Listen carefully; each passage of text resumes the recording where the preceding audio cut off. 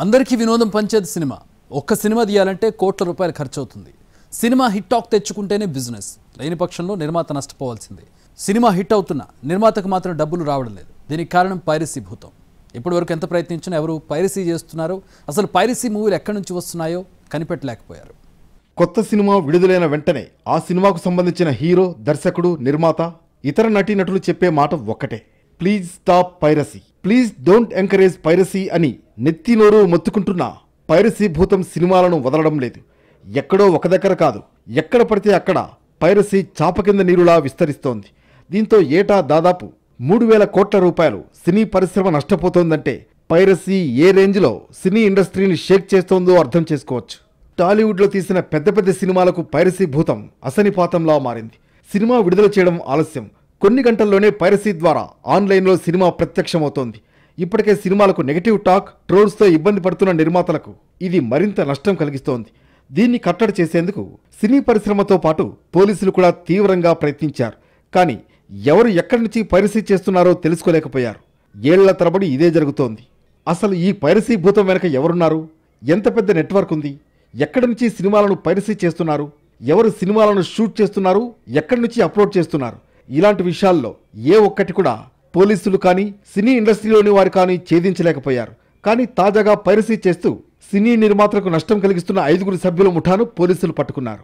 ఈ ముఠా సభ్యులు తెలుగు, హిందీ, తమిళం సహా అనేక భాషల సినిమాలను రిలీజ్ అయిన రోజే థియేటర్లో రికార్డ్ చేసి మార్కెట్లో విక్రయిస్తున్నట్లు పోలీసులు గుర్తించారు. ఈ ముఠా క్రిప్టో కరెన్సీ ద్వారా లావాదేవీలు జరుపుతున్నట్లుగా సైబర్ క్రైమ్ పోలీసులు గుర్తించారు. ఈ పైరసీ వల్ల ఇండస్ట్రీకి దాదాపు ఇప్పటి వరకు గడిచిన 4 ఏళ్లలో 22,000 కోట్ల రూపాయల నష్టం జరిగినట్లు Hyderabad police commissioner CV Anand తెలిపారు. ఇక్కడ చూడండి, ఈ ఫోటోలో ఉన్న వ్యక్తి పేరు జాన కిరణ్ కుమార్. ఇతడు ఏడాది కాలంలో 40 సినిమాలు పైరసీ చేశాడు. ఈ పైరసీ కూడా ఎక్కడో మారుమూల ప్రాంతం నుంచి చేయలేదు. హైదరాబాద్ నడిబొడ్డులోని ఓ మాల్లో ఉన్న థియేటర్ నుంచే కథ అంతా నడిపించాడు. ఇటీవల విడుదలైన కన్నప్ప లాంటి చిత్రాన్ని సైతం పైరసీ చేశాడు కిరణ్ కుమార్. ఇతడి దెబ్బకు ఈ ఏడాది టాలీవుడ్కు 3,700 కోట్ల రూపాయల నష్టం వాటిల్లింది. ఇతన్ని ఈ ఏడాది జూలై 7న పోలీసులు అరెస్ట్ చేశారు. తూర్పుగోదావరి జిల్లాకు చెందిన జాన కిరణ్ కుమార్ 8 ఏళ్ల క్రితం హైదరాబాద్ వచ్చాడు. నిజానికి ఇతను ఒక ఏసీ టెక్నీషియన్. అయితే కంపెనీలో ఉద్యోగం చేస్తున్నా వచ్చే ఆదాయం అంతంత మాత్రమే. పైగా అనారోగ్య కారణాలతో డబ్బులు సరిపోని పరిస్థితి. దీంతో సోషల్ మీడియాలో కొత్త ఉద్యోగం కోసం వెతికాడు. ఆ క్రమంలో అతడికి ఓ తమిళ్ వెబ్సైట్ కనిపించింది. పార్ట్ టైం ఉద్యోగం ఇస్తామని చెప్పడంతో ఆ వెబ్సైట్ను కాంటాక్ట్ చేశాడు. వారు తమకు వీడియోలు అప్లోడ్ చేస్తే డబ్బులు ఇస్తామని తెలిపారు. ఎలాంటి వీడియోలు కావాలని అడిగినప్పుడు సినిమాతో పాటు హైదరాబాద్ సంబంధించిన వీడియోలు అప్లోడ్ చేస్తే పెద్ద మొత్తంలో డబ్బులు చెల్లిస్తామని పేర్కొన్నారు. ఇక తమిళ వెబ్సైట్తో టైఅప్ అయిన కిరణ్ ముందుగా కొన్ని ప్రైవేట్ వీడియోలు ఇచ్చాడు. ఆ తర్వాత అదే తమిళ కంపెనీ నేరుగా సినిమా టికెట్లు బుక్ చేసి వీడియో ఎలా రికార్డ్ చేయాలో చెప్పింది. సినిమా థియేటర్లో పైనుంచి మొదటి రోలో సీట్ను బుక్ చేసుకునేవాడు. సినిమా విడుదలైన మొదటి రోజే మొదటి షోకి వెళ్లేవాడు కిరణ్. పాప్కార్న్ లేదా ఏదైనా బ్యాగ్, లేదంటే జేబులో సెల్ ఫోన్ పెట్టుకుని సినిమా మొత్తాన్ని HD క్వాలిటీలో రికార్డ్ చేసేవాడు. ఇందుకోసం స్టాండ్ బై అనే యాప్ను కిరణ్ వాడినట్లు తెలుస్తోంది. అలా రికార్డ్ చేసిన వీడియో మొత్తాన్ని లింక్ ద్వారా తమిళ కంపెనీలకు పంపించేవాడు. ఇక తమిళ వెబ్సైట్ వాళ్ళు సినిమాను HD క్వాలిటీతో పాటు ఆడియోను మిక్స్ చేసి అప్లోడ్ చేసేవారు.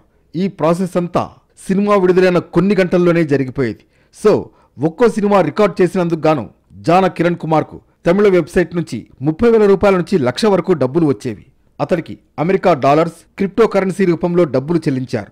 జాన కిరణ్ కుమార్ ఇచ్చిన సమాచారం ఆధారంగా మిగతా నిందితులను సైతం అరెస్ట్ చేశారు పోలీసులు. వారంతా సినిమాలను టెలిగ్రామ్, ప్రోటాన్, మెయిల్ వంటి ప్లాట్ఫామ్స్ ద్వారా అప్లోడ్ చేస్తున్నట్లు గుర్తించారు.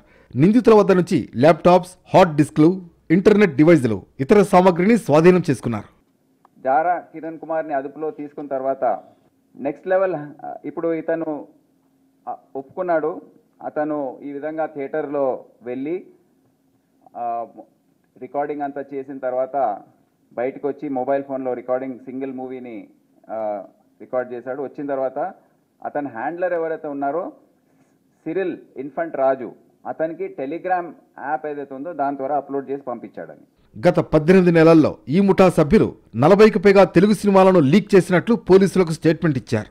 థియేటర్లో అలా సినిమా రిలీజ్ కాగానే అవి అక్రమ వెబ్సైట్లలోకి అందుబాటులోకి వచ్చేసేవి. ఈ ముఠా అంతర్జాతీయ పైరసీ ప్లాట్ఫామ్లతో వన్ తమిళ్ MV వంటి వెబ్సైట్లతో కూడా సంబంధం కలిగి ఉంది. వారి క్రిప్టో వ్యాలెట్ ట్రాన్సాక్షన్స్ ట్రాక్ చేసి లొకేషన్ను ట్రేస్ చేశారు పోలీసులు. అనంతరం తమిళనాడు, బీహార్, హైదరాబాద్లో నిందితులను పట్టుకున్నారు. నిజానికి పైరసీ అంతా ఇంటి దొంగల పనే అని అందరూ భావించారు. Telugu film chamber of commerce ఫిర్యాదు మేరకు కేసు నమోదు చేసిన సైబర్ క్రైమ్ పోలీసులు 4 నెలలు కష్టపడి దర్యాప్తు చేశారు. సీన్ కట్ చేస్తే దేశంలోనే మొదటిసారి పైరసీ గ్యాంగ్ను పట్టుకున్నారు.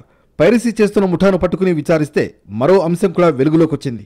పైరసీ భూతం వెనుక నిషేధిత ఆన్లైన్ బెట్టింగ్ యాప్స్ ఉన్నాయనే విషయం అర్థమైంది. సినిమాలు పైరసీ చేస్తున్నందుకు నిందితులకు 1xBet, 4Rabet, రాజ్బెట్, పరీమ్యాచ్ లాంటి బెట్టింగ్ యాప్లు లక్షల్లో చెల్లిస్తున్నట్లు గుర్తించారు.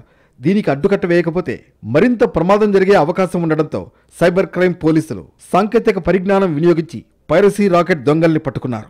థియేటర్లో ఈ పైరసీ గ్యాంగ్ టికెట్ కొనుక్కుని సూటబుల్ సీట్ చూసుకుంటారు. హై అండ్ కెమెరా ఉన్న ఫోన్తో సినిమా రికార్డ్ చేస్తారు. స్క్రీన్ ఆఫ్ ఉన్న కెమెరాల్లో వీడియో రికార్డ్ చేసే యాప్ ద్వారా అనుమానం రాకుండా ఇదంతా చేస్తున్నారు. బీహార్కు చెందిన అర్సలన్ అహ్మద్, ఇతను కూడా హిందీ, భోజ్పురి సినిమాలు రికార్డ్ చేసి కరూరులో ఉన్న సిరిల్కు పంపుతాడు. సుధాకరన్ సత్యమంగళంకు చెందిన వ్యక్తి, ఇతను కూడా సినిమాలు పైరసీ చేసి సిరిల్కు పంపిస్తాడు. ఇక ఈ కేసులో కరూరుకు చెందిన సిరిల్ ఇన్ఫాంట్రాజ్ కీలకంగా ఉన్నాడు. ఇతను నెదర్లాండ్లో ఉన్న ఐపీ అడ్రస్ ద్వారా సిస్టమ్స్ ఆపరేట్ చేస్తున్నాడు. పోలీసులకు దొరకకుండా పలు జాగ్రత్తలు తీసుకున్నాడు. కానీ పోలీసులు పట్టుకోవడంతో షాక్ అయ్యాడు.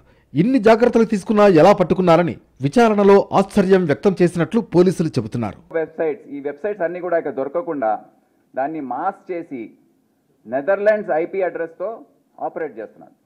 అంటే ఎవరైనా దర్యాప్తు చేసే అధికారులు వెళ్ళినా మా దగ్గర ఏవైతే టూల్స్ అందుబాటులో ఉన్నాయో దానివల్లనే మేము చేయగలిగాం. అడ్వాన్స్డ్ టూల్స్ ఏవైతే ఉంటాయో సాఫ్ట్వేర్, దాని ద్వారా ఇది అన్రావెల్ చేసి ఓవర్ నెదర్లాండ్స్ లొకేషన్ చూపిస్తున్న ఐపీ అడ్రస్ని మేము అన్మాస్ చేసి అతన్ని ట్రేస్ చేసి పట్టుకోగలిగాం. అతను ఇంకా కవరప్ ఆపరేషన్ చేయడానికి 2 వర్చువల్ మషీన్స్ని నడిపిస్తున్నాడు. With server IP address different Paris location చూపిస్తూ అవి నడిపిస్తున్నాడు. అంటే ఇవన్నీ కొద్దిగా టెక్నికల్, కానీ అన్ని జాగ్రత్తలు తీసుకున్నాడు. అతన్ని ఈ ఈ భూమిపైన ఏ దర్యాప్తు సంస్థ కూడా అతని వరకు రాదని ఆయన అనుకున్నాడు. మా ఇంట్రాగేషన్లో చెప్పాడు. He was shocked that police could reach him. నేను అన్ని జాగ్రత్తలు తీసుకున్నాను, మీరు ఎట్లా నన్ను పట్టుకున్నారని. That was his shock more than anything else. ఇక పైరసీ ముఠా చేసిన భాగవతంలో మరో కీలకంశం కూడా వెలుగులోకి వచ్చింది. సర్వర్ హ్యాకింగ్ ద్వారా హెచ్డి మూవీస్ పైరసీ చేశారు. ఇందులో పాట్నాకు చెందిన అశ్విని కుమార్ కీలకంగా ఉన్నట్లు పోలీసులు గుర్తించారు. హ్యాకింగ్లో అతడికి ఉన్న సత్తా చూసి పోలీసులే ఆశ్చర్యపోయారు. ఇంటి చుట్టూ 22 సీసీ కెమెరాలు పెట్టుకున్నట్లు తెలిపారు. పోలీసులను చూసి మొబైల్లో ఉన్న డేటాను డిలీట్ చేశాడని సిపి సివి ఆనంద్ చెప్పారు. కానీ హార్డ్ డిస్క్లో ఉన్న డేటాను కలెక్ట్ చేశామన్నారు. గవర్నమెంట్ వెబ్సైట్స్, డిజిటల్ మీడియా సంస్థలను హ్యాక్ చేసినట్లు గుర్తించామన్నారు. అశ్విని కుమార్ ఇప్పటి వరకు 1020 మూవీలను డైరెక్ట్గా రిలీజ్ చేసినట్లు సివి ఆనంద్ తెలిపారు. మూవీసే కాదు, అన్ని గవర్నమెంట్ వెబ్సైట్స్ కూడా ఇతను హ్యాక్ చేశాడు. ఆ మధ్య మీకు తెలుసా, తెలంగాణ వెబ్సైట్స్ అన్నీ కూడా డౌన్ అయ్యాయి. సో ఇటువంటి వారిదే మా తెలంగాణ పోలీస్ సంబంధించిన వెబ్సైట్స్ అన్నీ ఇతని వల్ల కాలేదు, కానీ ఇటువంటి ఇంకా హ్యాకర్స్ ఉన్నట్టున్నారు. ఇతను government of India, government of Bihar, Jharkhand అన్ని వెబ్సైట్స్ హ్యాక్ చేసి అన్ని డీటెయిల్స్, అక్కడ ఉన్న ఎంప్లాయీస్ వాళ్ళ జీతాలు, ఈ సర్వర్ కంపెనీ, ఇప్పుడు ఈ 2 ఈ డిజిటల్ మీడియా కంపెనీస్ అయితే వాళ్ళ జీతాలు వివరాలు అన్నీ అతని దగ్గర ఉన్నాయి టోటల్. ఆ రోజు చూపిస్తే కూడా వాళ్ళు చాలా ఆశ్చర్యపోయారు. ఎలక్షన్ కమిషన్ వెబ్సైట్ కూడా అతను హ్యాక్ చేసి డీటెయిల్స్ అన్ని, అంటే ఇష్టం ఏది అవసరం ఉంటే అది హ్యాక్ చేసేస్తున్నాడు. పైరసీకి సంబంధించి అతిపెద్ద నెట్వర్క్ను పట్టుకోవడంతో తెలుగు ఫిలిం ఇండస్ట్రీ పెద్దలు హర్షం వ్యక్తం చేశారు. సినిమాల పైరసీ కారణంగా ప్రభుత్వానికి జీఎస్టీ రూపంలో వచ్చే ఆదాయం కూడా పోయిందని చెప్పుకొచ్చారు. అయితే సినిమాలు పైరసీ కాకుండా తమ తరఫున కూడా టెక్నాలజీ వినియోగంతో అడ్డుకట్ట వేసేందుకు ప్రయత్నిస్తున్నామని తెలిపారు. మొత్తంగా పైరసీ భూతం వెనుక బెట్టింగ్ యాప్స్ అండదండలు ఉన్నాయని బయటపడడంతో ఆయా గేమింగ్ ప్లాట్ఫామ్ల భరతం పట్టేందుకు పోలీసులు రెడీ అవుతున్నారు. మరింత లోతుగా దర్యాప్తు చేస్తామని చెబుతున్నారు.